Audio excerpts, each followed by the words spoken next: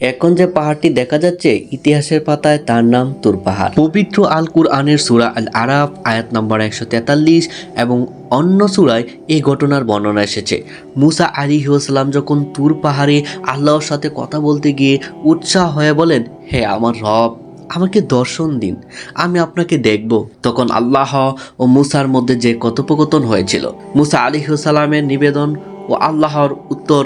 মুসা আলাইহিস সালাম যখন আল্লাহকে দেখার আবদার করলেন, তখন আল্লাহ উত্তরে বলেন, তুমি আমাকে এই দুনিয়ায় কোনি খালেও দেখতে পাবে না, তবে তুমি এই পাহাড়ের দিকে তাকাও, যেটি যদি নিজের জায়গায় স্থির থাকে তবেই তুমি আমাকে দেখতে পাবে।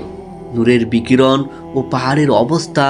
এরপর যখন আল্লাহ তাআলা পাহাড়ের উপর তার নূরের সামান্যতম বিকিরণ ঘটালেন, তখন সেই বিশাল পাহাড় নিমিষেই চূর্ণ বিচীর্ণ হয়ে ধুলোয় মিশে গেল এবং পাহাড়টি পুরে কালো হয়ে গেল।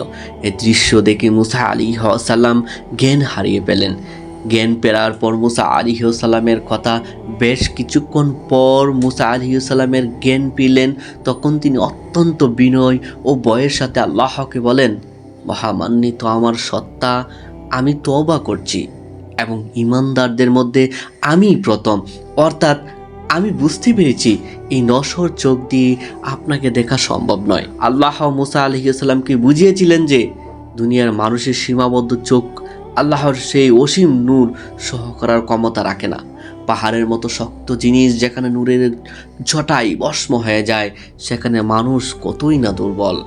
তবে মুসা আলাইহিস সালাম তুর পাহাড়ের মোট 40 দিন ছিলেন। সেখানে আল্লাহ তাকে জীবন পরিচালনার জন্য তাওরাত কিতাব দান করেছিলেন। আল্লাহ তখন তাকে বলেছিলেন, হ্যাঁ মুসা, আমি আমার রিসালাত ও কালামের কথা বলার মাধ্যমে তোমাকে মানুষের উপর শ্রেষ্ঠত্ব দিয়েছি, সুতরাং আমি যা তোমাকে দান করলাম তা গ্রহণ করো এবং কৃতজ্ঞদের অন্তর্ভুক্ত হও। মুসা আলাইহিস সালাম এবং মহান রাব্বুল আলামিনের এই সম্পর্ক এতটাই গভীর ছিল যে ইসলামে হযরত মুসা আলাইহিস সালামকে কালিমুল্লাহ, যার অর্থ যার সাথে আল্লাহ কথা বলেছেন, বলা হয়।